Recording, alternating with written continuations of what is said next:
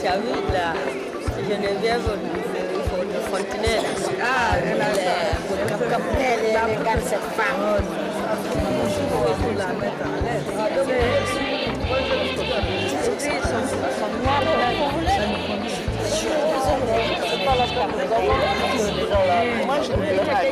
La Miss France éternelle.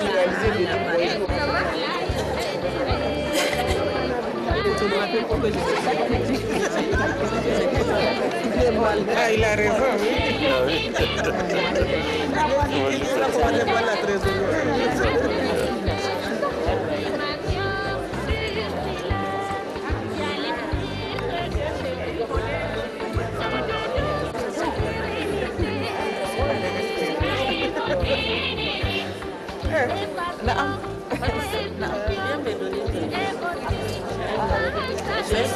J'ai un nouveau carnet.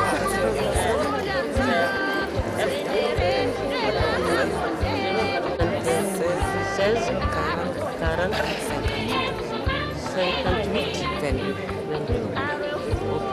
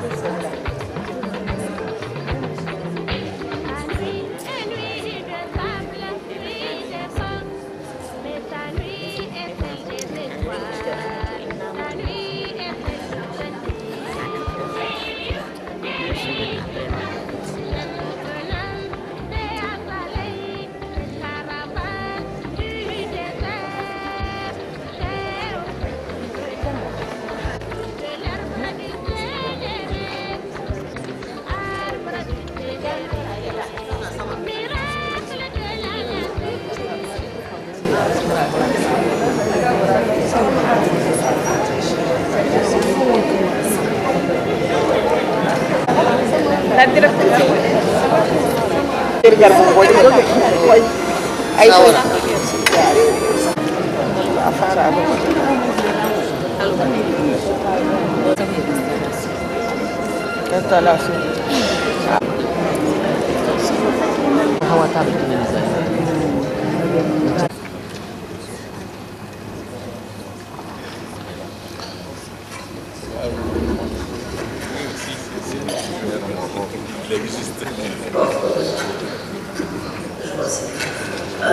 Excellences, Mesdames, Messieurs, ce matin pour cet atelier, cette deuxième assemblée générale, nous vous souhaitons la bienvenue et nous nous excusons pour tout inconvénient qui pourrait intervenir. Nous demanderons à ceux qui ont des portables de les mettre sous vibreur ou de les éteindre. Nous allons, au cours de cette cérémonie, écouter le représentant de l'UNFPA, puis la présidente du REFAM et la ministre de la Population, de la Promotion de la Femme et de la Protection de l'Enfant, avant d'écouter le discours de son Excellence, Monsieur le Premier ministre. Ensuite interviendra une pause café. Puis nous reprendrons les travaux en commission 1 et 2 sur l'examen des textes statutaires, statuts, règlements intérieurs et du projet de plan d'action et de l'adoption de ces différents textes. Puis nous écouterons le représentant de la consultance et de l'UNFPA sur les résolutions 1325 et 1820 des Nations Unies. Dans l'après-midi, après la pause déjeuner, ou plutôt pendant la pause déjeuner, le réforme rencontrera les représentants de l'UNFPA et discuteront autour de la table du déjeuner avec eux. Dans l'après-midi, en début d'après-midi, il y aura l'élection du bureau, du nouveau bureau, et les adoptions des résolutions et recommandations avant la cérémonie de clôture pour la lecture des résolutions et recommandations, ainsi que les discours de la présidente du réforme, la nouvelle présidente, du représentant de l'UNFPA et de la ministre de la Population, de la promotion de la femme et de la protection de l'enfant. Je vous remercie et je voudrais demander aux représentants de l'UNFPA de...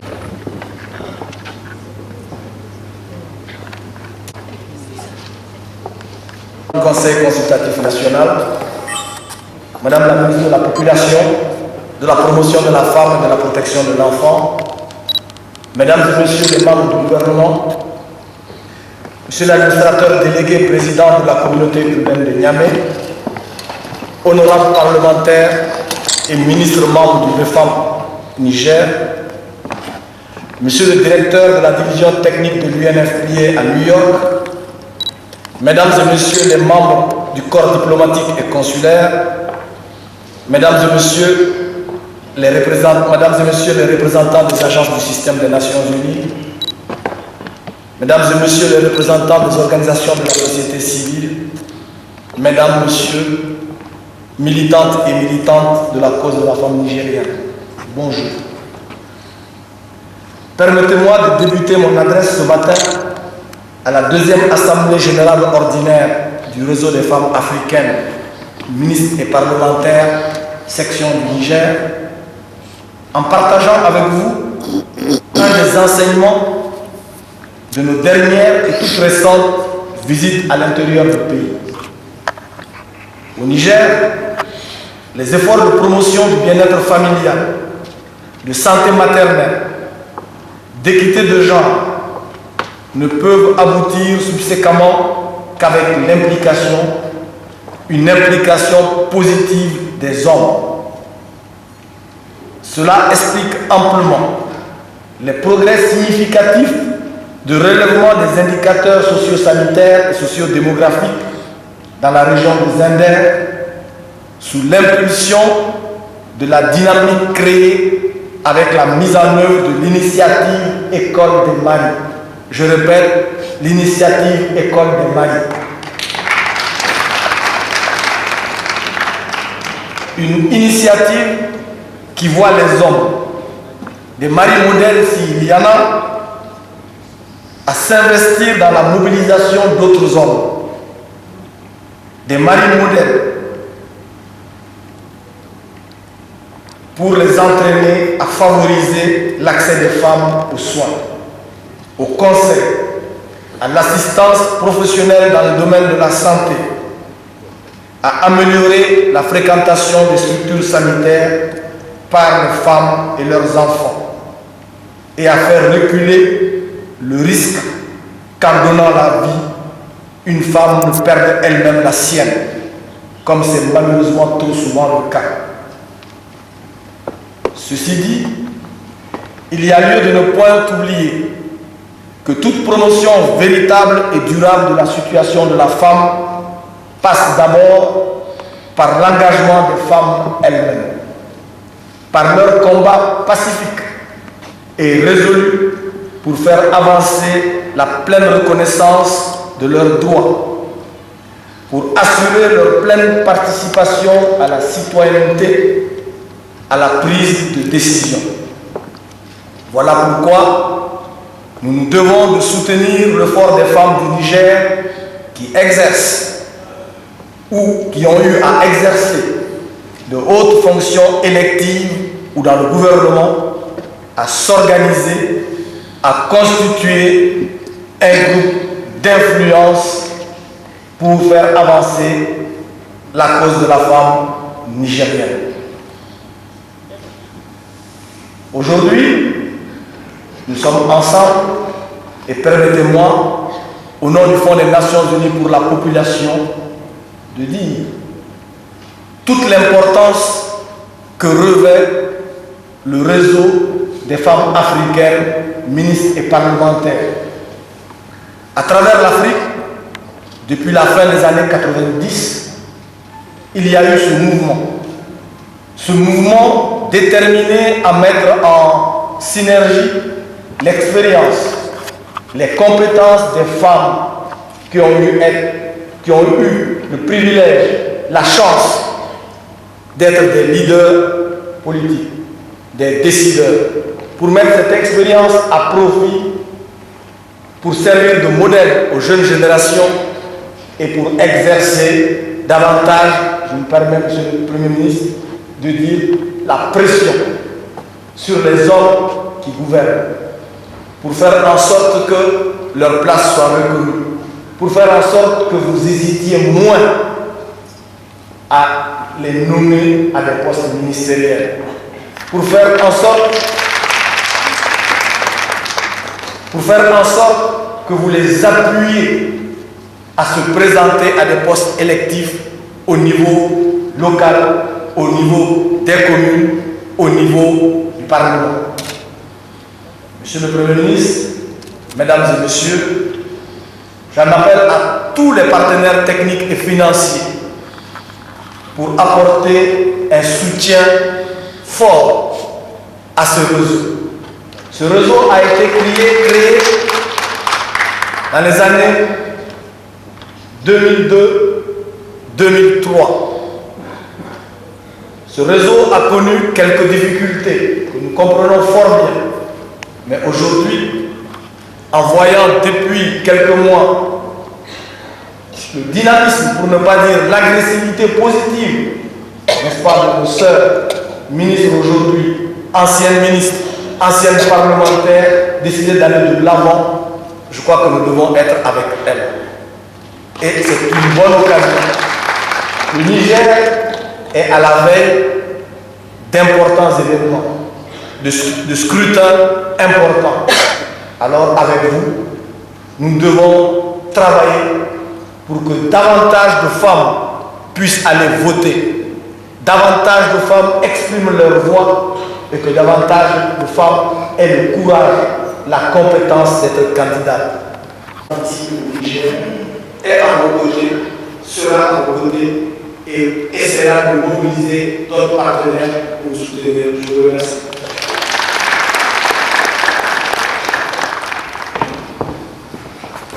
Merci. Aussi, nous allons encourager justement à supporter les femmes à se présenter à tous ces postes électifs à la veille des élections. La présidente du réseau des femmes africaines ministres parlementaires, Comité national du Niger, pour son discours. Madame la ministre.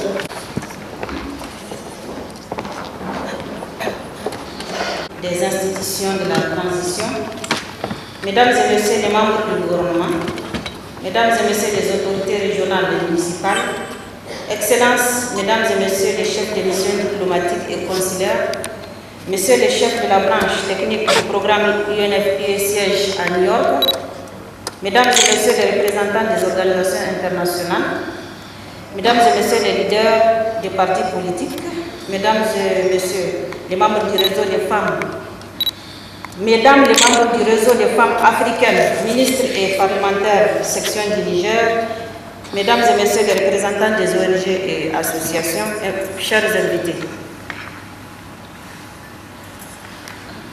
À ma double qualité de la ministre de la Population, de la Promotion de la Femme et de la Protection de l'Enfant et présidente du REFA, Réseau des femmes africaines, ministres et parlementaires, section du Niger, j'ai l'honneur de vous souhaiter la bienvenue et de me réjouir de cette grande mobilisation,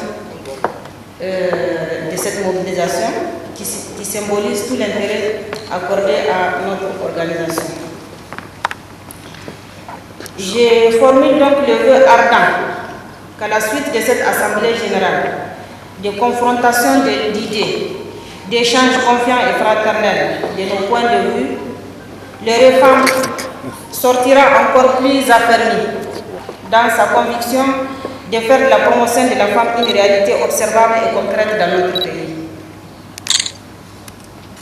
C'est le lieu d'adresser toute notre gratitude et nos remerciements au Fonds des Nations Unies pour la population, pour l'accompagnement technique au processus de redynamisation du réseau des femmes africaines ministres et parlementaires, section du Niger, et pour avoir financé les présentes assises. Excellences, Monsieur le Premier ministre, Mesdames et Messieurs, comme vous le savez, le Niger, notre pays, entamera bientôt un tournant décisif de son histoire, c'est-à-dire le retour à une vie constitutionnelle normale. À cet effet, et du fait de son poids numérique, les réformes feront en sorte que la femme ne soit plus spectatrice, mais actrice. En effet, les données relatives au recensement général de la population et de l'urbanisme de 2001 montrent que les femmes représentent 50,14% de la population nigérienne. Cette frange doit donc s'investir pour la réussite dans toutes les échéances électorales à venir dans notre pays. C'est pourquoi nous avons retenu comme thème de notre deuxième Assemblée générale la participation politique de la femme, défis et perspectives pour les prochaines échéances électorales au Niger. Excellences, Monsieur le Premier ministre, Mesdames et Messieurs, plusieurs études ont montré qu'il y a une sous-représentation des femmes au niveau des instances de prise de décision à tous les niveaux dans notre pays. Certes, des résultats encourageants ont été enregistrés, mais ils méritent d'être consolidés en vue de contribuer de manière encore plus renforcée et efficace à l'amélioration des conditions de vie des femmes et à la réduction des inégalités et des inéquités de genre. C'est pour cette raison que le réseau des femmes africaines, ministres et parlementaires, section du Niger, a inscrit cette réorganisation pour mener des actions de plaidoyer et de sensibilisation en vue d'un plus grand accès des femmes aux instances de prise de décision à tous les niveaux. Excellences, Monsieur le Premier ministre, Mesdames et Messieurs, dans l'optique de redynamiser notre réseau, il est inscrit à l'ordre du jour de cette Assemblée générale les points suivants. L'examen des textes statutaires, le renouvellement du bureau, l'élaboration d'un programme de travail.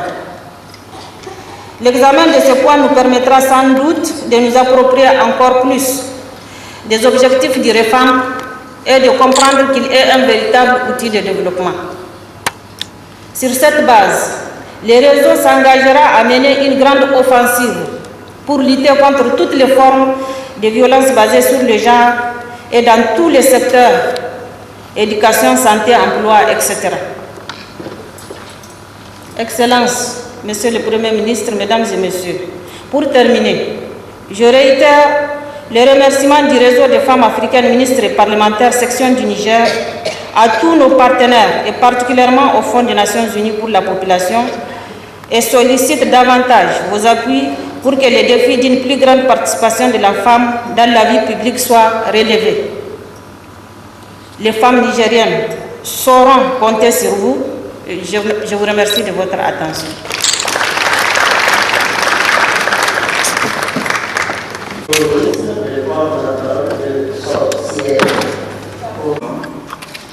Mesdames et Messieurs les ministres, Excellences, Mesdames et Messieurs les chefs de mission diplomatique, Monsieur le représentant de l'UNFPA, Mesdames et Messieurs les représentants des organisations internationales, Mesdames les membres du réseau des femmes africaines, ministres et parlementaires du Niger, distingués invités, Mesdames et Messieurs. Permettez-moi de prime abord d'exprimer le plaisir que j'éprouve ce matin d'être parmi nous afin de présider la cérémonie officielle d'ouverture des travaux de votre deuxième Assemblée générale qui s'ouvre au moment où le processus électoral engagé dans le cadre de la restauration de la démocratie ouvrière est entré dans une phase décisive. Pour le 10 janvier 2011, c'est-à-dire dans exactement 19 jours. Les élections législatives, couplées au premier tour de la présidentielle, se tiendront pour leur part le 31 janvier 2011. Et si un deuxième tour de l'élection présidentielle s'impose, il aura alors lieu le 12 mars 2011. Le président de la République démocratiquement élu sera investi les adieux le 6 avril 2011. À la date d'aujourd'hui, toutes les dispositions sont prises pour que ces scrutins se déroulent dans les délais fixés, mais surtout que cela se passe dans la sérénité, la transparence et l'équité, conformément aux engagements pris par le président du Conseil suprême pour la restauration de la démocratie, chef de l'État et le gouvernement de transition devant la nation nigérienne et la communauté internationale.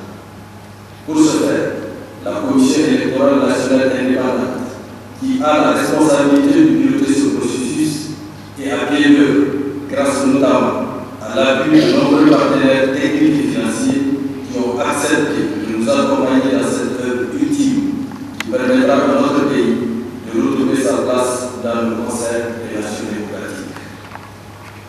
Mesdames les membres du réseau des femmes africaines, ministres et parlementaires, eu égard au contexte du moment, je mesure toute la pertinence du thème central de vos assises, à savoir participation politique de la femme, défis et perspectives des prochaines échéances électorales au Niger. Il exprime si fortement votre engagement en tant que réseau à faire en sorte que les femmes ne restent plus sur le bord de la route lorsqu'il s'agit de briller des mandats électifs. À mes yeux, vos assises permettraient de dégager des orientations et des pistes d'action pour que les femmes, connues pour leur capacité de mobilisation, ne soient plus simplement confinées à exécuter des missions subalternes dans les appareils des partis politiques. C'est donc à juste titre que vous voulez faire en sorte qu'elles gagnent des places qui leur reviennent si légitimement en tant que citoyens. Aujourd'hui, rien ne s'oppose à l'émergence des candidatures féminines à l'occasion des élections, tout comme à leur participation à l'élaboration et la mise en œuvre des politiques publiques. Aucun texte ne s'oppose à l'affirmation de leur talent dans l'espace public. Bien au contraire, l'arsenal juridique actuel, tout comme les actions posées par les femmes dans l'exercice des différentes fonctions à leur confier, à elles confier, et offre des garanties suffisantes pouvant permettre aux femmes de mieux s'affirmer sur la scène politique nationale. C'est pourquoi vos assises sont particulièrement importantes pour rappeler aux femmes qu'elles doivent être partie prenante dans le débat public à tous les niveaux. Je me réjouis personnellement de constater la prise de conscience de plus en plus affirmée des femmes à se porter candidates aux différents mandats électifs, y compris lorsqu'il s'agit de charges suprêmes de l'État. Je sais qu'une plus grande participation des femmes dans nos différentes assemblées, qu'elles soient locales ou nationales, est un agissement à la qualité de la représentation des citoyens et de la gouvernance dans notre pays. Je voudrais vous le rappeler ici et vous en être conscience. La loi sur le quota ne suffira pas à elle seule pour améliorer l'implication et la participation des femmes au processus de prise de décision dans notre pays. Il faudra avant tout votre engagement personnel et votre farouche détermination pour arracher ceux qui vous reviennent. Je voudrais aussi dire aux forces de résistance à l'implication des femmes que le respect des droits fondamentaux de la personne, comme le droit de prendre part à la gestion de la cité, participe de l'exercice de la démocratie.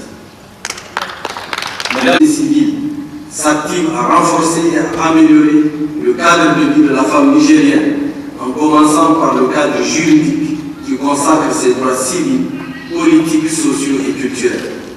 Ce qui implique par exemple la participation de la femme à la vie publique, à la lutte contre et avenissante contre la femme.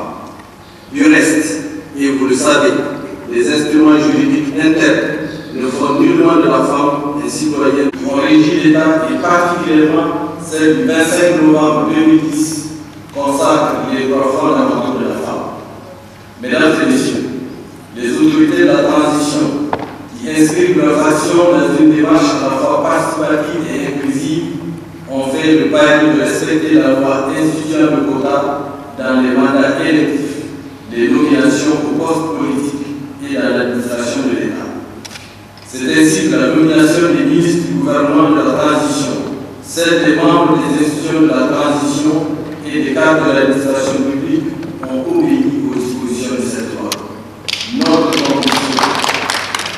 Notre conviction est qu'il est possible de faire plus pour davantage garantir à la femme nigérienne la jouissance et l'exercice de ses droits et libertés de citoyens, conformément aux conventions internationales auxquelles le Niger est parti. Mesdames les membres du réseau des femmes africaines, ministres et parlementaires, cette action de plaidoyer que vous entreprenez pour une plus grande participation des femmes à la vie publique et au sein des prises de décision est donc à saluer. J'affirme qu'il est dans les principes même du Conseil suprême pour la restauration de la démocratie et du gouvernement de transition d'être attentif aux questions relatives à la promotion du genre dans notre pays. Je puis donc vous assurer du soutien du président du Conseil suprême pour la restauration de la démocratie, chef de l'État et du gouvernement de transition pour relever ce défi qui égage le développement équitable et durable. Je voudrais aussi vous dire que nous restons à l'écoute des recommandations utiles que vous ne manquerez pas de formuler au sortir de vos échanges. C'est sur cet engagement solennel que je déclare ouvert les travaux de la deuxième Assemblée générale du réseau des femmes africaines, ministres et parlementaires du Niger. Merci, monsieur le Président. Merci pour ce discours fort, ce discours engagé, ce discours qui nous encourage. Mesdames, la parole.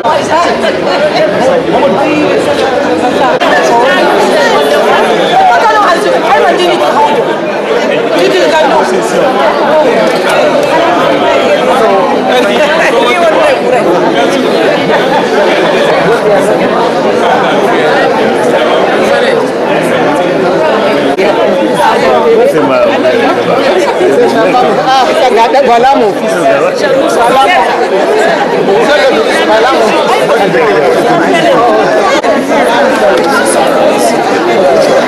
Kira ne gare su don duka su tashi tsaye su shiga cikin harkar wannan zabe.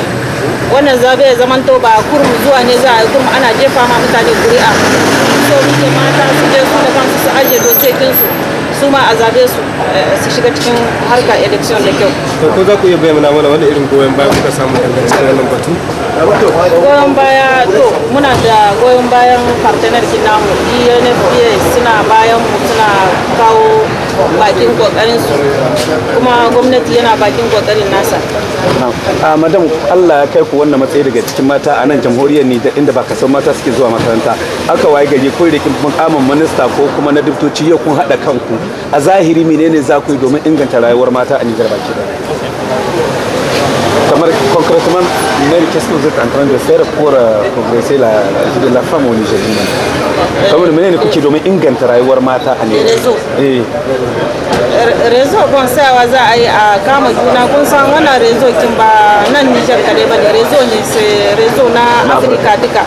Donc rezo ne wanda yake ana son mata wanda yake sun sami ilimi sun gane duka abin da ake yi su zamna su yi aiki kuma don a kawo sauyi cikin harkar mata kuma muna son mata su shiga cikin harkar development na kasa. Pour que les femmes soient au devant de la scène et qu'elles soient partout. Et on se réjouit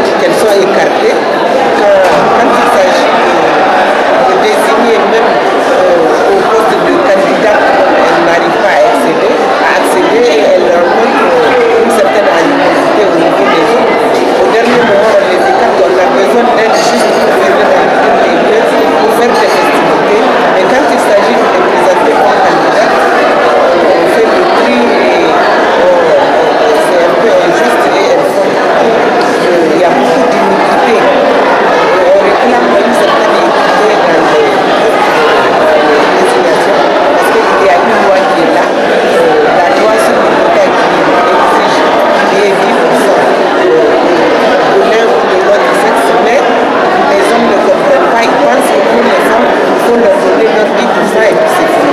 Or, ce n'est pas ça. C'est 10% pour les hommes ou pour les femmes. C'est ça qu'il s'agit.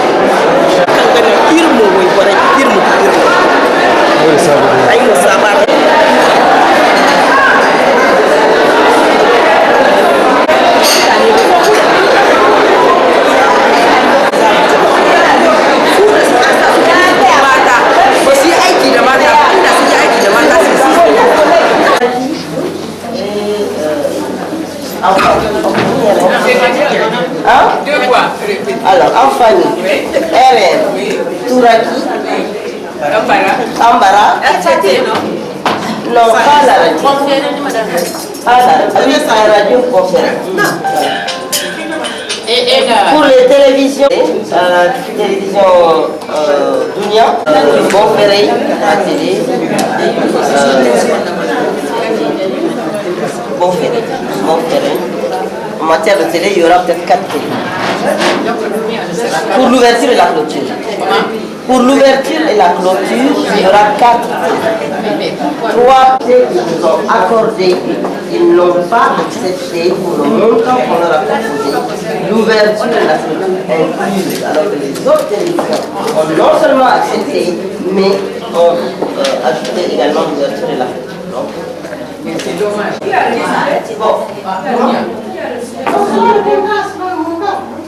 Madame Garcida, vous vous souvenez que ce sont les plus chers en matière de montant?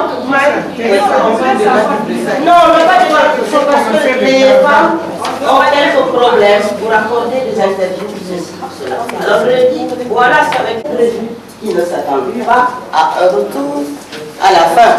Donc ça veut dire que c'est clair et net. On s'entend très bien. On a fait en fonction de notre vie. Maintenant, pour les femmes ministres et parlementaires, seules les femmes ministres et parlementaires vont d'abord recevoir leur kit.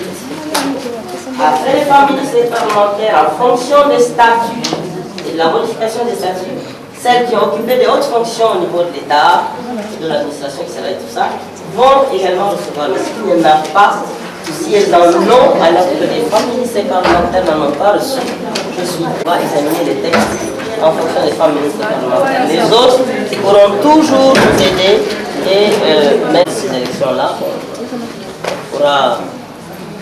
Ensuite, il y a le déjeuner.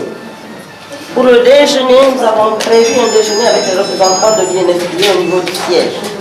Alors, il y aura les 2 présidents, la présidente en exercice, les 2 présidentes, celle qui a présidé les séances et la présidente de les femmes parlementaires et les femmes ministres, vous allez inclure pour que nous ayons une table de 20. Ils arrivent en principe au nombre de 7. Il y a 7 membres en principe de l'UNFPA qui vont venir. Le représentant lui-même, ses 2 collègues qui sont là, plus au niveau du staff. On ne sait pas si c'est 5 ou 7. Et on remercie Madame la ministre de la Femme qui a bien voulu nous appuyer d'abord parce que le budget qu'on avait était incomplet et elle a bien voulu trouver un peu d'argent pour qu'on puisse tenir nos assises. Vraiment, on la remercie et il faut applaudir. Bon, ce qu'il faut déplorer, c'est que pendant nos travaux aussi, toutes les femmes ministres et toutes les femmes parlementaires n'ont pas participé. Toutes les femmes ministres et toutes les femmes parlementaires n'ont pas pu assister aux travaux. Donc, elles trouveront peut-être des manquements, mais c'est parce que depuis qu'on avait décidé de faire les travaux, les convocations ont été envoyées par la ministre de la Femme à domicile pour chacune et on a travaillé avec celles qui étaient présentes. Donc, celles qui auront des idées, elles voudront bien les exprimer au sein des commissions, parce qu'il n'est pas encore tard.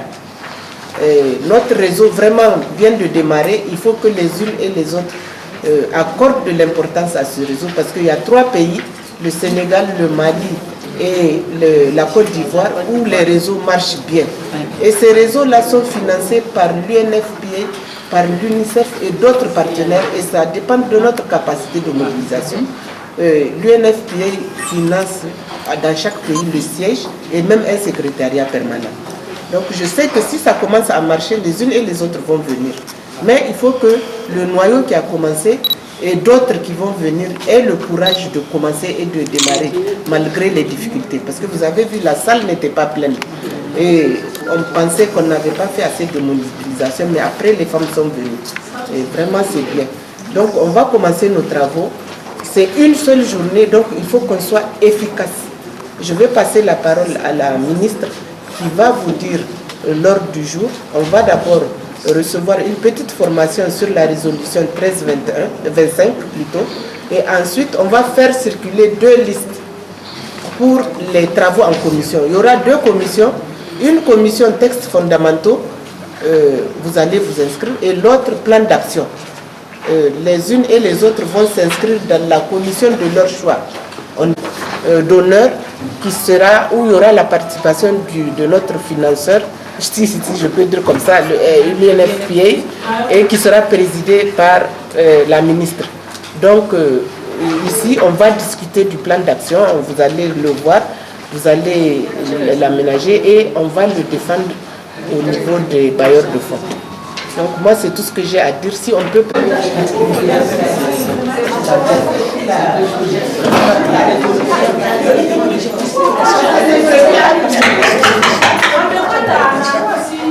Motiver substantiellement. On ne peut que peut-être toucher quelques articles pour faire de l'ouverture. Donc c'est dans ce contexte-là qu'on a à revoir les textes. Alors en fonction de ça, j'espère que chacun de vous a lu. On n'a pas pu lire encore. On n'a pas pu lire. Bon, donc on va aller article par article. Voilà. On va aller rapidement. L'article premier, donc les préambules, ça a des trucs standards aussi. C'est le constat qu'ils ont fait, on ne peut pas revenir là-dessus, ça c'est tout passé. Maintenant, pour aller rapidement, on va aller au niveau de l'article premier. Quelle page? Au niveau de la dénomination et de la création. La page. Il n'y a pas de page. Page 3, page 3. Article premier. Ça y est? On peut y aller.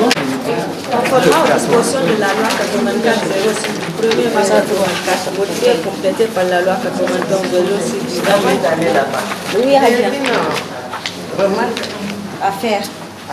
Oui, mais qui ne demande pas de changer. J'ai toujours remarqué que les gens font allusion à la conférence de Beijing, à je ne sais pas, Copenhague, mais en oubliant, à Copenhague, Beijing et autres là, mais en oubliant Nairobi.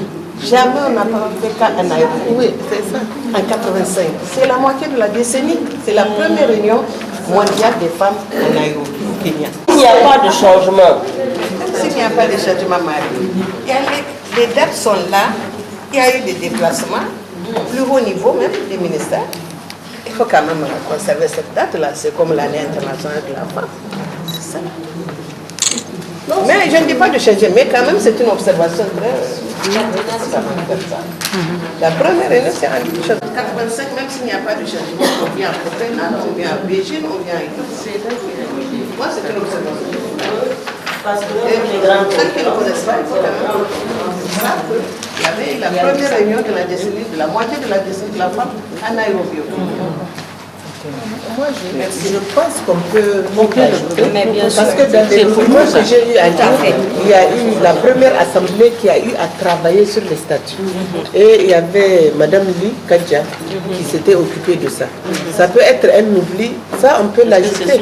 Parce que ça ne touche pas le fondement, ça ne fait qu'améliorer les textes. D'accord. Donc on peut faire référence à ça. Donc où est-ce qu'il faut le mettre? Là où on cite les... Non, mais là, là où on cite les cœurs, même il y a la référence du Ouagadougou, on n'a pas vu ça. Ici, s'il vous plaît, rapporteur, vous avez pris... Non, on n'est pas arrivé. On le met dans quelque chose. Le 4e paragraphe du préambule, il faut l'indiquer là-dedans et puis le rattraper dans... Le 4e paragraphe. Ah non, c'est on est au 3e. Ah, il a commencé à lire là maintenant. La première page. S'il vous plaît. Madame la Présidente, dans le préambule, il y a un quatrième paragraphe.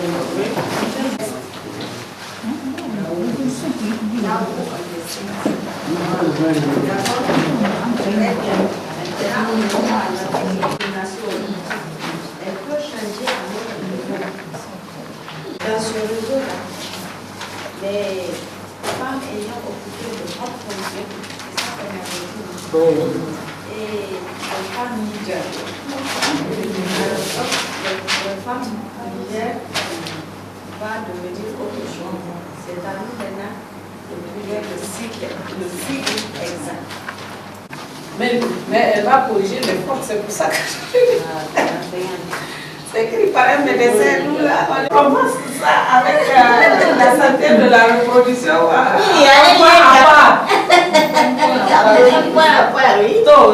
Allez, proposition concrète, qu'est-ce que je mets? Lutte contre les violences. Non, parce que la violence basée sur le genre.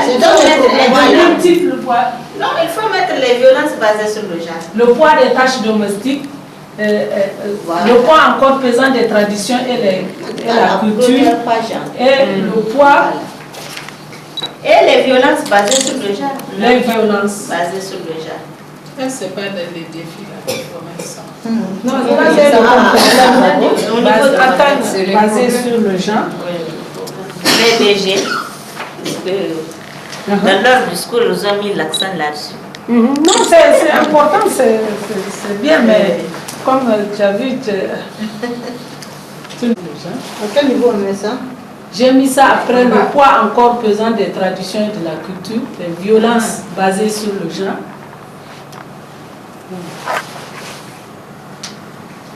Et quel paragraphe? C'est toujours dans le contexte.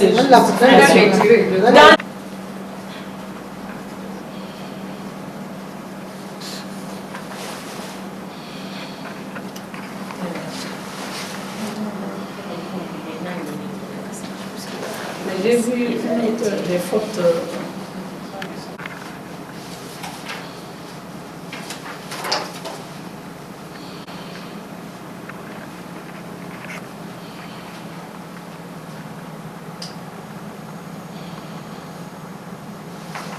Parce que pour vous faire le feedback, on était la commission qui avait proposé les actions. On s'était référé à un rapport de mission de Ramou et de Madame Alas à Abidjan lors de l'Assemblée extraordinaire des femmes régionales. Voilà, sur la résolution 1325. Donc c'est devenu maintenant en fait, un des éléments clés. En dehors de la Convention sur l'élimination de toutes les formes de discrimination à l'égard des femmes, ces deux résolutions sont devenues aussi des instruments clés au niveau des Nations Unies, où on invite les États à faire le suivi et à présenter les rapports. Je vais vous donner juste les idées générales qui sont contenues dans ces résolutions. Tout ça, c'est à titre de rappel. Donc pour la résolution 1325, vous savez que ça concerne les femmes et la paix. Et c'est une résolution qui a été adoptée le 31 octobre 2000 par le Conseil de sécurité, qui donne un certain nombre de directives. La première, c'est de s'assurer la représentation des femmes dans les instances de prise de décision. Donc j'ai fait exprès en fait, de mettre le texte sur le premier point. Mais avant ce premier point, pour ceux qui ont déjà la résolution, vous allez voir il y a des préalables, des considérants et des réaffirmations. Ça c'est pour être conforme au contexte international. Donc vous avez ici, c'est la représentation des femmes dans les instances de prise de décision. Et on demande aux États membres de faire en sorte que davantage de femmes soient représentées à tous les niveaux de prise de décision. Et vous avez vu, c'est les institutions, les mécanismes nationaux, régionaux et internationaux, la prévention et le règlement des conflits. Deuxième point, troisième, quatrième point, on demande un engagement des Nations Unies à travers le secrétaire général. Donc c'est le Conseil de sécurité qui demande au secrétaire général d'engager les Nations Unies. Et dans les pays, ce sont les agences du système des Nations Unies qui devaient s'engager sur ces questions notamment la participation accrue des femmes à la prise de décision dans le règlement des conflits et le processus de paix. Nommer plus de femmes parmi les représentants et envoyés spéciaux chargés des missions. Et puis, les États membres doivent s'engager aussi à communiquer le nom des candidats sur, disons, une liste qui est réactualisée chaque fois, qui est mise à jour. Ensuite, c'est de demander au secrétaire général d'accroître le rôle et la contribution des femmes dans les opérations de maintien de la paix. Et vous savez que il y a beaucoup de conflits, surtout dans notre sous-région. En octobre passé, j'étais à Dakar pour un atelier. On a fait le point sur tous nos pays. Peut-être que le seul pays qui n'est pas en conflit tellement ouvert, c'est le Burkina. Sinon, tous les pays sont soit en conflit armé, soit en crise humanitaire, alimentaire, etc. Donc ça amène toujours des perturbations et ça bouscule un peu l'ordre établi. Donc ça, c'est l'engagement des Nations Unies. Ensuite, il y a la prise en compte du genre dans les opérations de maintien de la paix. Et là, la résolution demande qu'on incorpore une démarche soucieuse d'équité entre les sexes dans les opérations de maintien de la paix. Et normalement, notamment par la formation des éléments de maintien de la paix, sur la protection, les droits, les besoins particuliers des femmes, et l'importance de la participation à toutes les mesures de maintien de la paix. Il y a aussi dans les activités de sensibilisation, notamment sur le VIH-Sida. Donc ça, c'est la prise en compte de la question du genre. Ensuite, les éléments, les points 7 et 8 font référence à l'appui technique et financier. Les États membres doivent accroître le soutien financier et technique qu'ils choisissent d'apporter aux activités de formation sur les questions de parité. Et il y a un certain nombre de mesures qu'on demande d'adopter. Ensuite, les points 9, 10, 11 parlent du respect des droits humains en général et des droits des femmes et des filles. Pour le point 12, 13, 14 et 15, c'est l'implication dans la période post-conflit. Donc il y a dans les périodes post-conflit, vous savez qu'il y a l'installation des camps de réfugiés, etc., le désarmement, le redéploiement. Tout ça, on demande que la question des femmes ou la question du genre soit prise en compte à ce niveau, au niveau des missions aussi. Ensuite, les derniers 3 points, 16, 17 et 18, c'est de présenter des rapports et des études sur les effets des conflits sur les femmes et les filles. À ce niveau, par exemple, votre réseau peut faire le plaidoyer aussi pour qu'il y ait des études spécifiques sur cette question. Au Niger, je pense qu'on peut demander ce genre d'études pour voir les effets des conflits ou bien des crises alimentaires sur les femmes et les filles. Donc ça, c'est en but de présenter des informations. Et le dernier élément que vous voyez ici, ça c'est le Conseil de sécurité décide de demeurer activement saisi de la question. Donc chaque fois qu'il y a une information qu'un pays peut envoyer, je pense que certains d'entre vous connaissent les procédures pour envoyer des informations au niveau du Conseil de sécurité, pour décider de mettre une question à l'ordre du jour. Donc le Conseil reste toujours disponible. Il y a des mécanismes au niveau des pays pour faire ça de manière officielle. Donc voilà ce que je voulais présenter sur la résolution 1325. Je ne sais pas s'il y a des questions avant de passer à l'autre la résolution 1820. Oui? Ce sujet, comment s'adresser et comment adresser une requête ou une formulation quelconque au niveau du système des Nations Unies? Quelle est la procédure? S'il y en a qui savent, d'autres ne savent pas. Et c'est l'occasion ici pour que tout le monde sache. Moi, je voulais les réformes pays peuvent envoyer directement sans passer par le réforme régional, saisir le Conseil de sécurité directement. Je ne sais pas si... oui. Ça aussi, ça peut être l'objet. Ça peut être l'objet d'un séminaire que le REFAM peut organiser. Peut-être voir si au niveau de leurs membres, quelques-unes qui vont aller chercher l'information et venir présenter aux autres.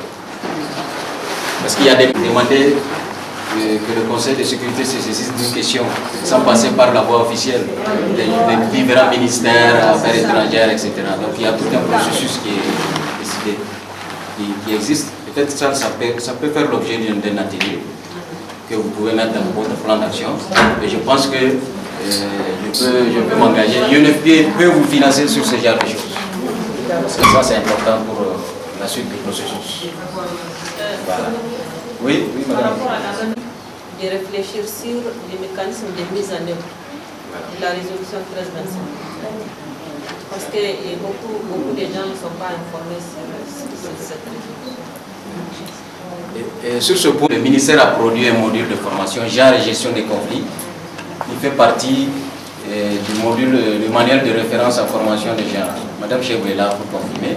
Et dans ce module genre et gestion des conflits, vous avez beaucoup d'informations sur les résolutions 1325, 1820 et les autres résolutions. Donc, récemment, on a fait une formation de la société civile sur ce module-là. Donc, l'idée, une autre idée peut-être aussi, on peut former le référent avec ce module. Voir, oui, madame Chebou. Oui, aussi, il y a des femmes pour la paix. Madame, non, c'est au-delà de ma madame, c'est éco. Non, réseau. Non, c'est pas le reste de l'éco, donc c'est le réseau des femmes pour la paix. Ils ont fait l'organisation au niveau de la CEDEAO, en tout cas annexé à la CEDEAO. Maintenant, on demande à chaque pays de mettre en place le REFPECO. C'est le REFEPA qui a représenté le Niger à cette normalement, le REFA de retour doit convier en tout cas toutes les organisations qui sont concernées pour mettre en place le REFPECO au Niger. Donc, jusqu'à présent, ça n'a pas été fait. Nous avons été interpellés pour ça. Oui. Donc la résolution 1820, comme vous le savez, a été adoptée le 19 juin 2008. C'est une résolution qui concerne les violences sexuelles en période de conflit. Et ça, c'est motivé un peu par, vous savez, ce qui se passe en RDC et en Afrique centrale, où il y a eu beaucoup de viol a été utilisé comme arme de guerre. C'est suite à ça qu'il y a eu cette résolution. Donc là aussi, on souligne la violence sexuelle comme arme de guerre et entravant la suite du processus. C'est aussi des violations des droits humains. Ça, c'est le premier point. Le deuxième point, c'est de s'abstenir, on demande aux parties en conflit de s'abstenir de tout acte de violence sexuelle contre les civils pendant les conflits armés. Ça, c'est des résolutions. Il y a des mesures. Voilà, le troisième point parle des mesures de protection des femmes et des filles contre ces formes de violence sexuelle. Le quatrième et le cinquième point institue la violence sexuelle en temps de guerre comme crime contre l'humanité. Jusqu'à quel niveau on amène la question? C'est considéré maintenant comme crime contre l'humanité. Je pense qu'il y a nécessité de faire des sensibilisations à l'endroit des populations pour que sachent ce qui va se passer quand ils vont commettre ce genre d'actes. Ensuite, 6 et 7, on parle de formation appropriée pour les forces de maintien de la paix et du personnel humanitaire, et notamment la tolérance zéro à leur égard. Parce qu'on a constaté aussi dans certaines missions de maintien de la paix, que c'est eux-mêmes qui commettent ces actes de violence. C'est pour ça que le Conseil de sécurité demande au secrétaire général des Nations Unies d'appliquer la tolérance zéro à l'égard des membres des forces qui commettent ces genres-là. Ensuite, il y a la sensibilisation des forces de maintien de la paix et l'implication du personnel féminin. Je pense que de plus en plus, vous constatez qu'il y a des personnels féminins dans les forces de maintien de la paix, que ce soit au niveau de la police, de l'armée, et même au niveau des États-Unis avec la société civile, notamment les organisations des femmes. Donc, le Conseil de sécurité demande au secrétaire général et les agences du système des Nations Unies d'établir des partenariats en période de conflit contre les violences sexuelles. Et l'autre aspect, c'est le renforcement des capacités des femmes, des institutions nationales et l'élaboration et la mise en œuvre de politiques adéquates. Cette résolution demande également aux pays de mettre en place des politiques adéquates dans ce domaine, notamment par le renforcement des capacités des femmes et des institutions nationales. Ensuite, on demande au secrétaire général de présenter des rapports. Vous voyez, quand la résolution a été adoptée, on a donné jusqu'au délai du 30 juin 2009 pour que le secrétaire général présente un rapport. Je pense que ce rapport doit être disponible. Si on cherche sur le site, on va trouver. Ensuite, dernier élément, c'est la vigilance et le suivi de la mise en œuvre de la résolution.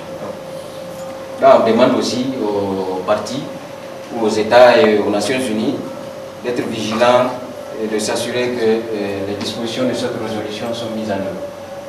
Donc voilà un peu brièvement pour la résolution 1820.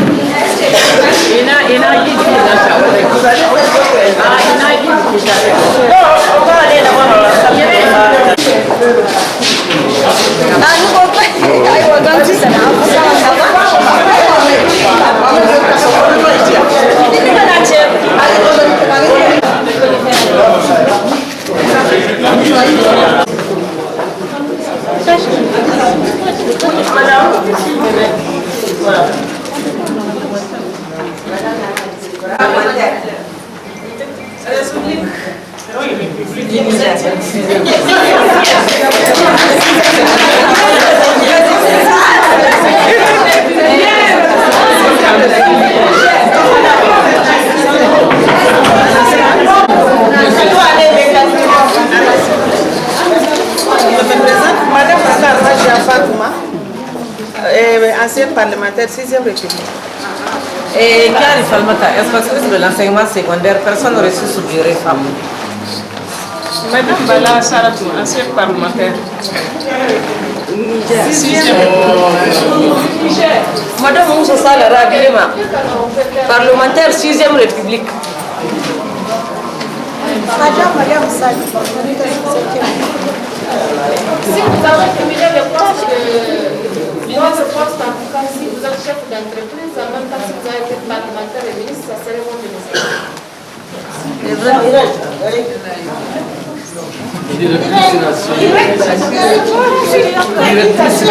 Ah oui, ça va. Bon, moi, je suis Irène, Madame Diawara Irène Meo. Je suis ancienne parlementaire, disons, du HCR, le Haut Conseil de la République, qui a été élu pendant la conférence nationale, et ancienne syndicaliste. Et puis, disons, bon, je milite beaucoup dans la société civile. Voilà, merci. C'est qui, c'est moi?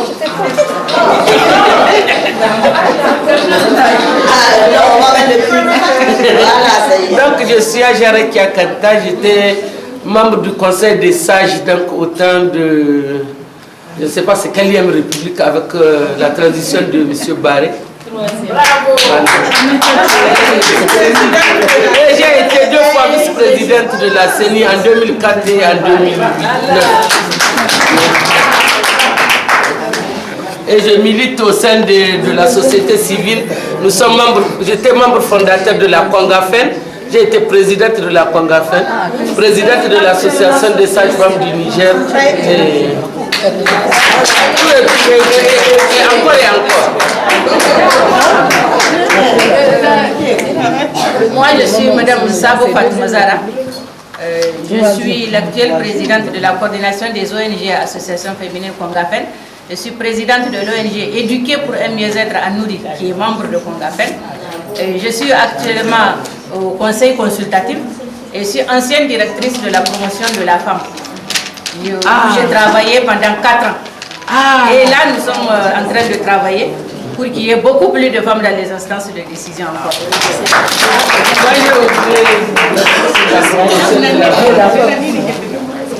Moi, je suis Bourema Fatoumata. J'étais une ancienne syndicaliste. Je milite au sein de la société civile, la Ligue nationale pour la défense de la démocratie. Et on est les défenseurs des droits de l'homme. Membre du corps de nos ressources.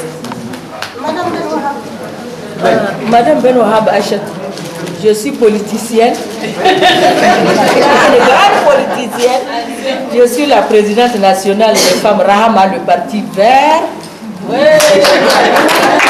Ancienne ministre de l'Industrie, ancienne conseillère spéciale du président de l'Assemblée nationale. Ancienne ministre de la troisième République. Moi, c'est Madame Nouhou Amina. Moi, c'est Madame Nouhou Amina, parlementaire 6e République. Ici, vous avez Madame Zada Hawa Barazé. Je suis donc parlementaire de la 3e et de la 5e République. Je suis fondatrice d'une ONG qui fait la promotion de la petite fille dans la scolarisation de la jeune fille. Je me suis encore engagée dans l'entrepreneuriat et je continue aussi à exercer dans l'entrepreneuriat. Merci. Madame Zila? Oui, Madame Elbak. Zena Boutari Bako. Je suis ancienne parlementaire de la 5e République, membre du bureau de l'Assemblée nationale. Et je suis actuellement à la LEMA comme secrétaire de direction après la dissolution de l'Assemblée. Et je suis fondatrice du CSP Barmoud Ambaskore de Tessawa. Yes.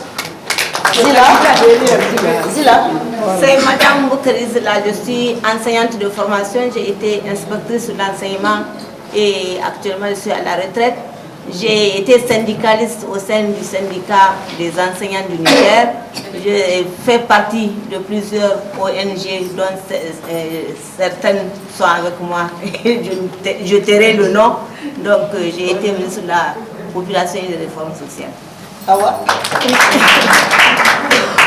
Je suis Madame Ilyassou Hawa.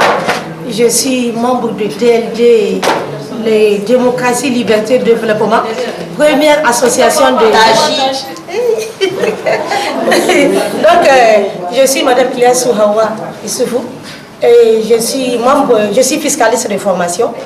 Je suis membre de DLD, démocratie, liberté et développement, la première association de défense des droits de l'homme du Niger depuis 1993.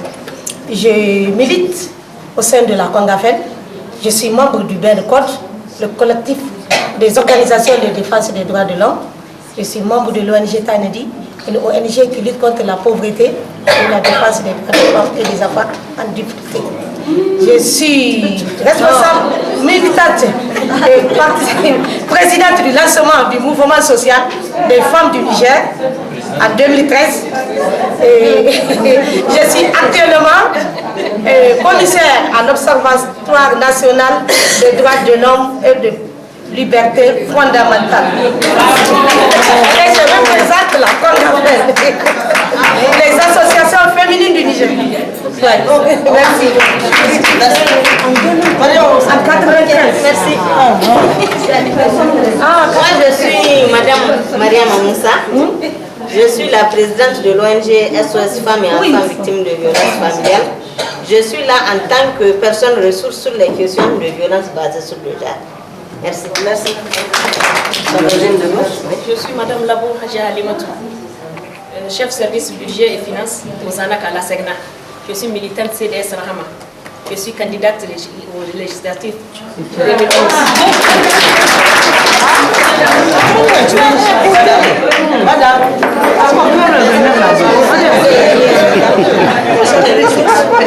Et candidate aussi aux élections municipales 2011.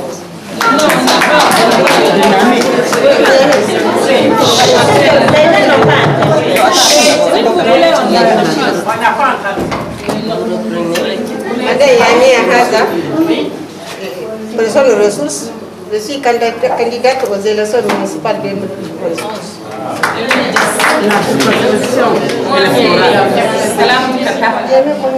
Je suis actuellement secrétaire au ministère du Commerce. Je suis candidate aussi pour les élections législatives. Je suis une militante du CDS. Bien.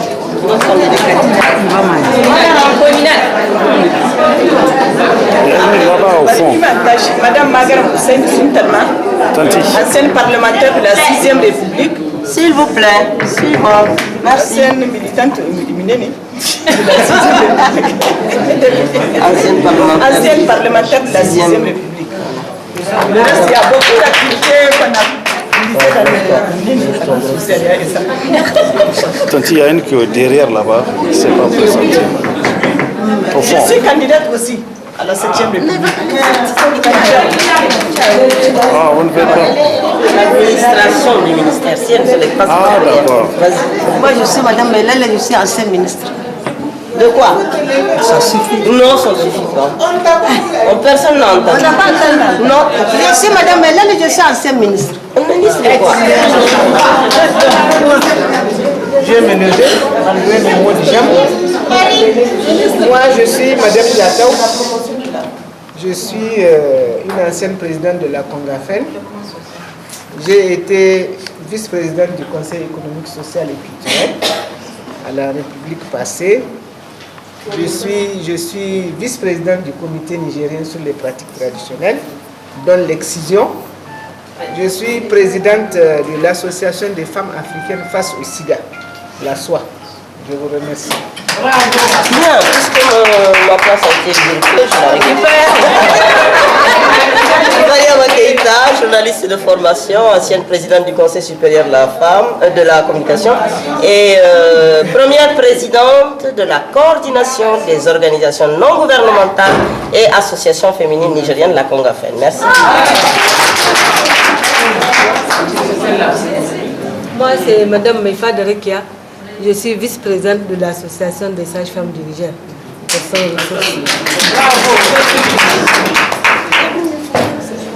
Madame Hassan Wangari Amina, je suis la présidente du réseau des femmes chefs d'entreprise du Niger et vice-présidente de l'Observatoire national pour la promotion de la femme.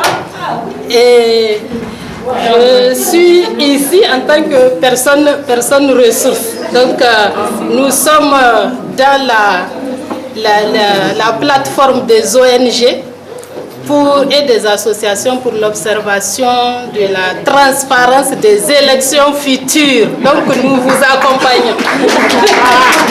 Je ne suis pas candidate. Ok, je n'ai pas besoin de me découvrir. Alors c'est Mme Sanadi, Adatan Chimadan, ministre. La ministre, on l'entend.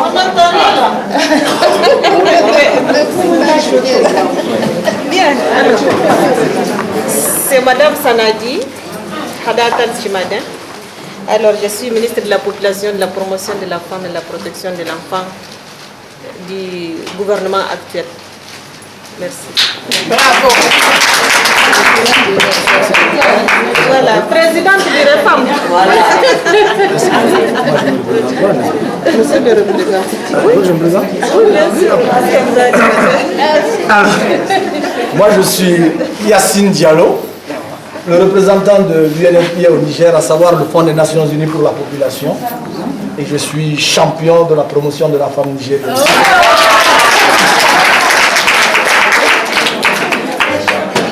Moi, c'est Mme Gazobi Rahamou. je fus ministre de la privatisation, mais avant ça, j'étais présidente de la communauté urbaine de Niamey, de Maradi plutôt, élue. Prochainement, Niamey. Non, pas Niamey, dans mon fief, pas Maradi. Donc, je suis actuellement à la retraite et je suis militante et vice-présidente d'un parti, le Parti du peuple nigérien, qui est PDP An-Nour.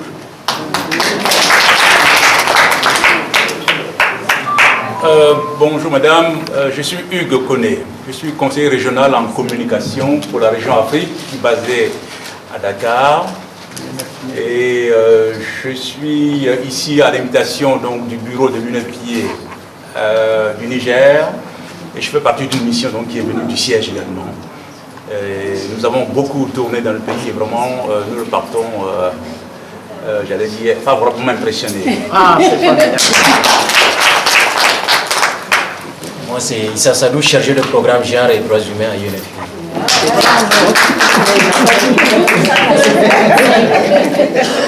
Vous m'excusez, mes sœurs et si vous voulez, frères et sœurs et puis filles aussi. J'ai été opérée il n'y a pas longtemps, je viens de France. Excusez-moi de ne pas pouvoir me lever parce que aisément je ne peux pas me lever. Je tout excusé. Bon, alors, si on doit dire tout, je ne veux pas dire toute ma carrière parce que c'est trop, c'est vaste. Écoutons un peu, les dernières. Bon, je fus directrice de la Copro Niger, une société d'État à Maradi. J'étais 4e vice-présidente de la 4e République, présidente du groupe Amitié France-Niger, présidente du groupe Amitié Europe-Niger, présidente de tous les parlementaires féminins de l'Afrique. Voilà. Et je suis vraiment, je loue le président de la République, que le bon Dieu le protège et qu'il nous le laisse le plus longtemps possible. Il nous a délivrés de l'enfer. C'est une présentation seulement. Ah non, non, non, si vous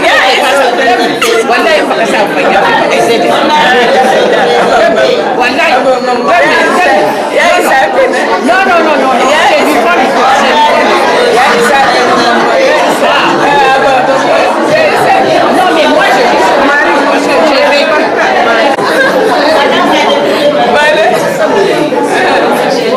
Donc, je suis Bello Mathieu Mariama. Je vais dire deux seulement, ça me suffit. Voilà. Et je suis Bello Mathieu Mariama. Je viens de Maradi. J'étais, n'est-ce pas, inspectrice de l'enseignement. Alors donc, je suis ancienne parlementaire de la 5e République, présidente de la commission de loi, donc à la 5e République.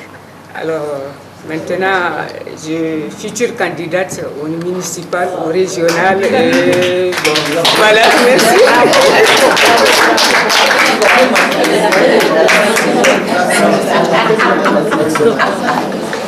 Elle a fait le déplacement de Maradi. Bon, moi je suis docteur Halima Diallo, je suis médecin gynécologue à la retraite. Je suis médecin gynécologue à la retraite. Mais ici je suis au titre d'ancienne parlementaire de la 5e République, où j'ai été membre de la commission sociale et membre du réseau pour la santé de la reproduction et membre du réseau qui lutte contre les IST-SIDA.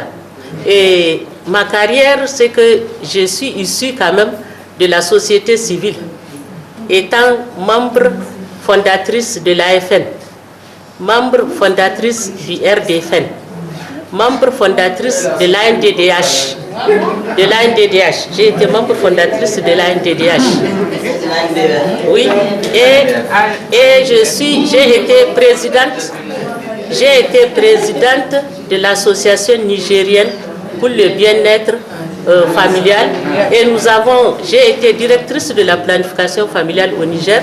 Nous avons lancé le programme, en tout cas, de planification familiale et qui aujourd'hui a tendance vers la santé de la reproduction. Et donc nous pouvons dire que nous avons toujours travaillé pour les femmes. Et donc voilà un peu. Je suis actuellement candidate aux élections législatives au titre de la communauté urbaine de Niamey et au titre du PNDS Tareya où je suis membre du comité exécutif du CUDISA.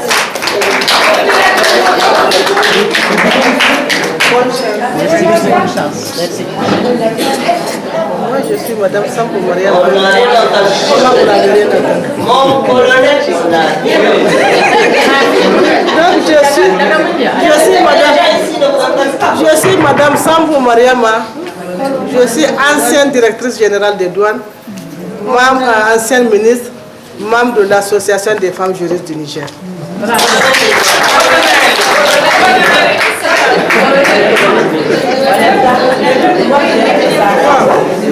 Moi, je suis Madame Trapsida Fatima.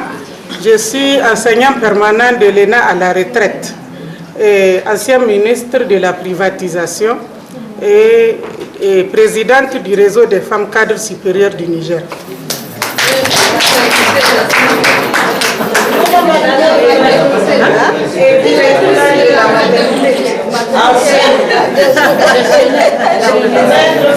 Oui, Maître Paris. Directrice de la maternité, ancienne directrice de la maternité.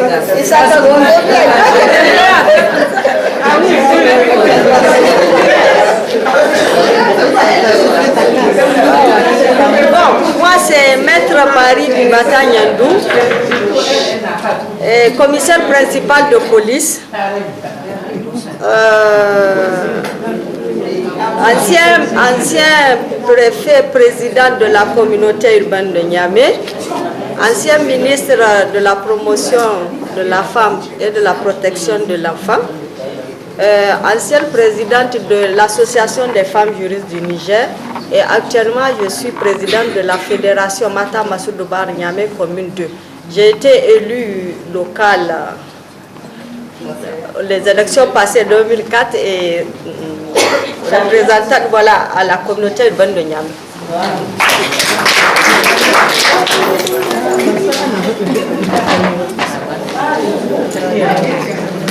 Alors, moi je suis Madame Sani Fatouma Morou. Je suis une professionnelle de la communication. On n'entend pas la professionnelle de la communication. Il faut commencer par écouter. Je disais donc, on m'appelle Madame Sani. Je suis née Fatouma Morou. Je suis une professionnelle de la communication et des relations publiques. Je suis à l'origine opérateur économique et j'ai été sollicitée récemment pour prendre en charge le ministère du Tourisme et de l'Artisanat.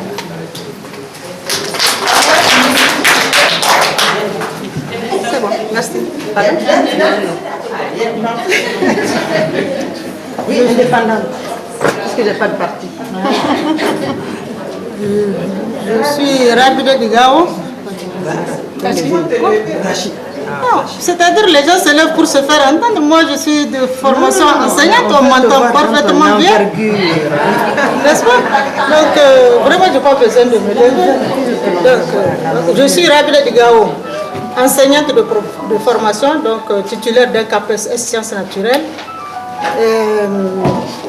J'ai été responsable syndical d'abord.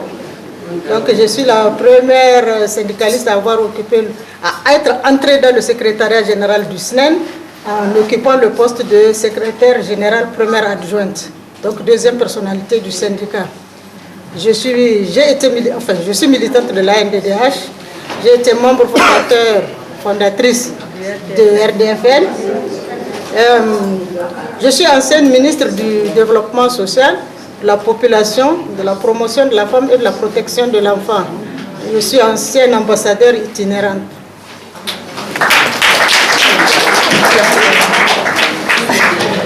Moi, c'est Dr Moussa Fatimata, je suis médecin de santé publique. J'ai milité, je me rends compte aussi que j'étais dans un syndicat, le premier bureau du syndicat des médecins, pharmaciens et chirurgiens dentistes du Niger. J'étais présidente de l'association nigérienne pour la promotion de la santé publique J'ai été ministre de la Santé tout récemment avec la 6e République. Merci. J'ai travaillé aussi pour l'UNFPA pendant 8 ans.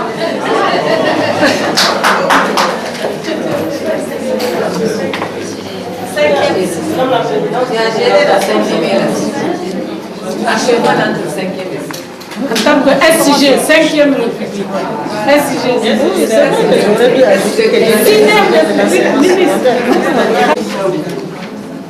Alors avant de passer à l'élection du bureau, je sais que la commission des statuts et règlements intérieurs à laquelle j'ai appartenu a apporté quelques modifications. Donc il faudrait qu'on écoute. Nous avons dit ici ce matin, Madame la rapporteure, un suppositoire pour le bureau. Il faut l'enlever. Parce que sinon, il y aura une compétence de pouvoir. Vous allez dire 3 personnes pour le conseil. Ça ne va pas. Moi, je pense que le conseil, là où c'est le bureau exécutif avec d'autres personnes, ce serait plus agréable à travailler. Mais si vous dites qu'il faut 3 personnes seulement, ça ne marchera pas. Et d'autres personnes qu'on va mettre, ou 2, ça ne marche pas. Moi, sinon, vraiment, le problème de conseil, là, il faut l'enlever. Il ne faut pas que ça nous crée des problèmes à la longue. Bon. Et ensuite, pour la cotisation, moi, je tiens à ce qu'on maintienne l'ancienne formule, à savoir le montant de l'adhésion soit à 10 000 et 5 000 francs pour la cotisation annuelle. Mensuelle. Autant pour moi. Merci. On rappelle certaines conférences internationales, Beijing, le Caire, Nairobi. Mais ces conférences-là ont eu des Beijing plus, des le Caire plus. Quelle a été la situation? Parce que quand même, il faut faire le point. Depuis 1994, on a évolué. Donc moi, je pense que dans le préambule, il faut faire le point. Par rapport aux conférences qui ont évalué la plateforme de Beijing ou bien la plateforme du Caire, il faut donc rappeler, ne serait-ce que par une ligne, quelle a été vraiment la situation des femmes après ces conférences. Ça, c'est maintenant, par rapport à la conférence qui s'est tenue à Ouagadougou. Je vois, c'est la page 2. On a dit conformément aux résolutions adoptées à l'issue de la réunion de Ouagadougou. Mais il n'y a pas de date. Il faut dater. Oui, mais il faut mettre la date. Parce que c'est une référence. On ne peut pas mettre ça comme ça sans référence. Bon, maintenant, par rapport au bureau. Moi, je trouve qu'il y a un poste important à mettre, c'est une secrétaire au plaidoyer ou aux relations avec les partenaires. Parce que quand même, si ce réseau-là est resté amorphe pendant longtemps, c'est parce qu'il n'y avait pas d'activité, il n'y avait pas de relation avec les partenaires. Donc je pense qu'il faut créer un poste pour une secrétaire au plaidoyer ou bien une secrétaire de relation avec les partenaires au développement. Mais j'ai 2 points sur lesquels je voudrais intervenir. C'est par rapport au conseil. Je pense que le conseil peut être conservé. Le conseil, pourquoi? Parce que son rôle est défini. C'est pour justement gérer les conflits. Alors s'il doit gérer les conflits, il ne peut pas être membre du bureau. Il est obligé d'être à part. Et on doit souffrir sa présence parce que justement, il doit gérer les conflits. Maintenant, par rapport aux cotisations, 5 000 francs par mois, des fois, on n'a pas 2500 francs par mois. Mais 2500, je trouve que c'est bon. Mais par contre, l'adhésion, on peut la ramener à 5000 francs. Donc 5000 l'adhésion, effectivement, mais 2500 francs pour la cotisation mensuelle. Voilà, c'est tout ce que j'avais à faire comme observation. Non, juste je voulais faire une petite observation par rapport à la référence qu'on a fait de l'Assemblée mondiale de 2000 et où on s'était arrêté qu'à l'OMD 3. Moi, je pense que concernant les femmes, l'OMD 5 a son importance. Ah oui, oui, oui. Donc, je pense qu'il faut... on se réfère à l'Assemblée mondiale et avec... Si on fait le checklist, toutes les OMD ont une importance pour nous. Donc, je pense que sans être restrictif sur les OMD, on se réfère à l'Assemblée mondiale de... C'est comme Beijing, il n'y a pas que... On n'a pas parlé que des gens. On a parlé de la santé de la reproduction, des autres questions essentielles qui concernent la vie des femmes. Donc, c'est ce que je voulais dire. Et je pense que on avait discuté par rapport au cours de la préparation. On a parlé de secrétariat à la communication et au plaidoyer. Donc, je pense que... Je pense qu'à peu près tout ce que je voulais dire a été pris en compte, sauf que je suis très d'accord avec ce qu'a dit Dr Fatimoussa sur les OMD. Tous les OMD sont importants pour nous ici au Niger. Et la cotisation, vraiment, il faut l'adhésion, là, il faut qu'on arrête ça, qu'on maintienne les 10 000 et la cotisation, les 5 000. Moi, je trouve que ce n'est pas peu. Et nous prions Dieu qu'il continue à nous donner sa clémence pour qu'on puisse payer ces cotisations-là. Non, c'est ça, moi, je pense. Hein. Donc, pour des parlementaires et des ministres, c'est quand même très chose là pour qu'on puisse... Parce qu'avec peu d'argent, vous ne pouvez rien entreprendre. Parce qu'il faut qu'on pense au financement de cette institution-là qu'on vient de créer, qu'on a créé. Il faut qu'on pense à son autonomie. Il faut qu'on pense à ce qu'elle se finance elle-même. Donc, qu'elle s'autofinance. Donc, moi, je pense qu'on peut garder comme tel... Maintenant, par rapport au conseil, peut-être qu'il faut définir aussi le rôle de ce conseil-là. Parce que moi, je pense que si réellement on définit bien le rôle de chacun, que chacun fait son rôle, le bureau peut être apte à s'autogérer et avoir lui-même les problèmes qui se posent et de le régler entre nous. On n'a pas besoin de mettre 2, 3 super personnes qui vont venir dire c'est comme ça, c'est comme ça, c'est comme ça. Ça va amener beaucoup plus de problèmes que d'habitude. Relations extérieures, là. Il y a la secrétaire aux relations extérieures. Est-ce qu'on a besoin de mettre... oui. Donc il faut voir la secrétaire à la communication, elle peut faire, et le plaidoyer, elle peut faire et le travail de... Sinon, merci.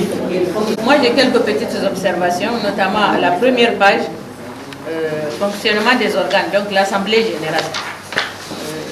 Ma remarque ici, c'est donc quelle est la périodicité de la tenue de l'Assemblée générale? Est-ce une fois par an, est-ce 2 fois, une fois tous les 2 ans? Donc à quelle période on va tenir l'AG? Parce que les gens doivent savoir si c'est au bout de 2 ans ou au bout d'1 an. Il faut tenir une Assemblée générale. C'est ma remarque à ce niveau-là. À la page 4, des statuts ou du règlement? C'est les statuts. Non, c'est le règlement intérieur. Ah, voilà. C'est le règlement intérieur. Donc, du règlement intérieur. Donc, ici, on n'a pas dit la périodicité. Donc, à la page 4, on a cité les ressources. Là, je suis d'accord avec les 3 qui sont intervenus. Je pense que maintenant, il ne faut pas voir bailleur de fonds seulement. Nous voulons faire mobilisation des ressources internes d'abord. On a quelque chose en main et on va aller chercher. Donc, je pense que pour des anciens parlementaires et ministres, une somme de 10 000 francs d'adhésion, ce n'est rien. Nous pouvons accepter ça, quel que soit le problème économique de notre pays. Et maintenant, les 5 000 francs de cotisation mensuelle aussi, je pense qu'il faut les maintenir et non pas les ramener à vraiment 2 500 francs pour des personnes aussi importantes. Ensuite, je voudrais donc aussi qu'on ajoute dans les ressources, là on a mis les droits d'adhésion et les cotisations, les dons et lettres, et la vente des cartes. Puisqu'on a dit que ça donne, on va vendre des cartes. Et la vente de ces cartes-là va amener aussi de l'argent et qui constitue aussi des ressources. Donc il faut tenir en compte la vente des cartes. Maintenant, dans le règlement intérieur, il y a quelque chose de très important, je ne sais pas si tout le monde l'a vu. C'est à la page 5. Un avertissement est adressé par le bureau à tout membre absent à 3 réunions consécutives sans justification et à tout membre ayant accumulé 3 mois d'arriérés de cotisation. Pour les 3 mois d'arriérés de cotisation, d'accord, Mais les absences, puisque vos membres sont éparpillés sur l'ensemble du territoire, c'est de quelle sorte de réunion qu'il s'agira? Vous avez partout, il y a les parlementaires. Quelqu'un peut être à Difa. Vous allez le convoquer à une réunion, simple réunion ici à Niamey. Et s'il se sent, ça va être très difficile. Donc, je pense qu'il faut voir, sauf si c'est les réunions du bureau, sauf s'il s'agit de réunions, là il est dit tout membre, on a dit tout membre. Donc, il faut. Il y a Madame Moussa, je mentionne un poste de secrétaire permanent hors bureau. Ça a été déjà qui va assurer vraiment la gestion de cette. Ça a été proposé. C'est pas marqué. Est-ce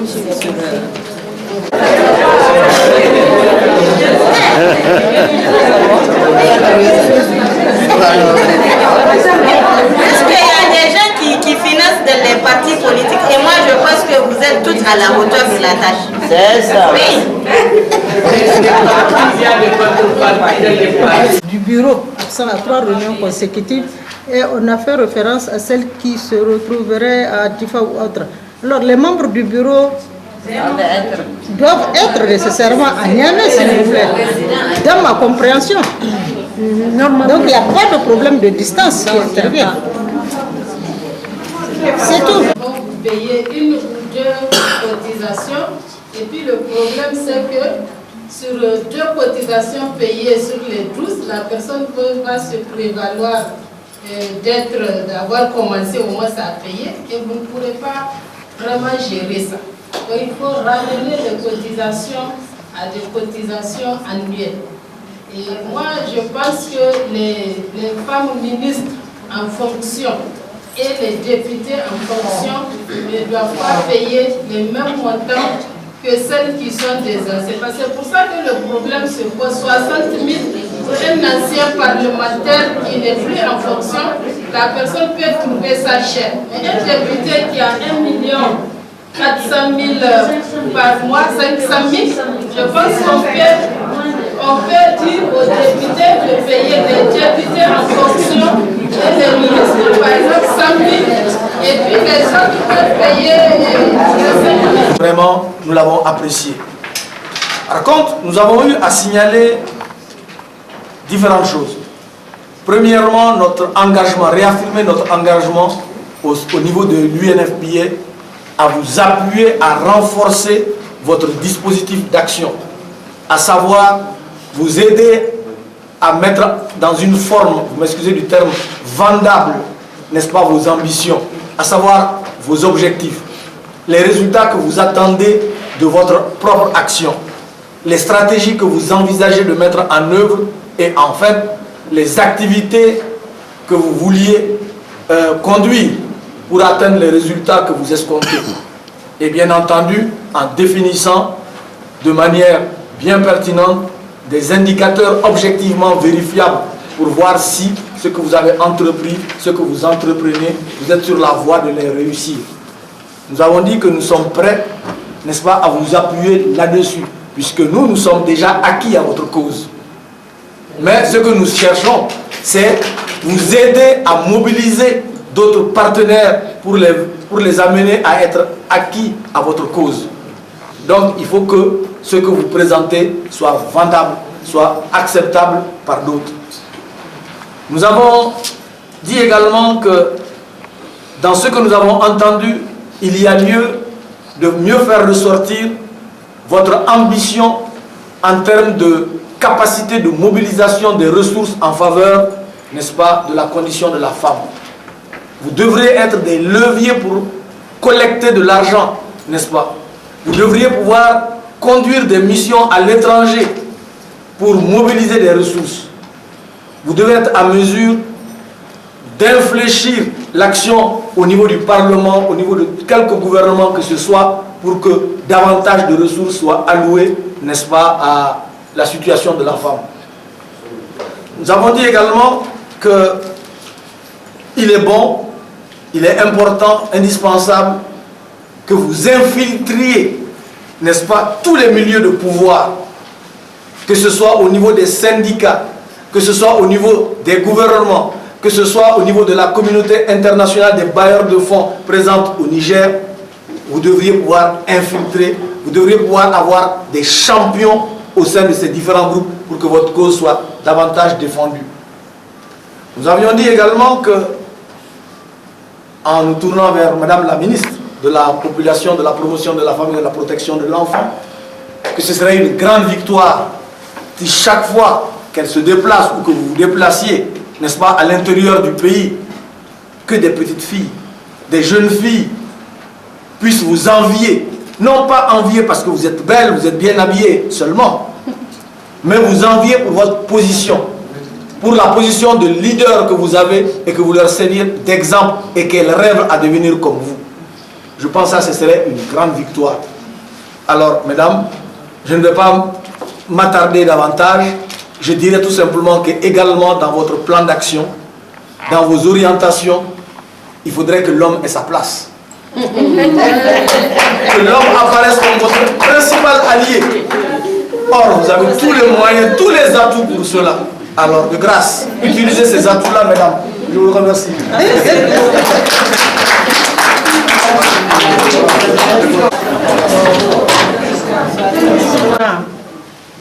Le défi, c'est pour nous d'amorcer le changement incarné par la femme ministre, parlementaire ou ayant exercé une haute fonction de l'État, d'être vectrice du développement, de capitaliser toutes ses potentialités, son expérience, la base de connaissances incroyables accumulées par cette petite fille frileuse devant le poids des cultures et des traditions, aujourd'hui épanouie. Ce modèle de développement personnel doit servir à la nation en tant qu'investissement humain durable. Les objectifs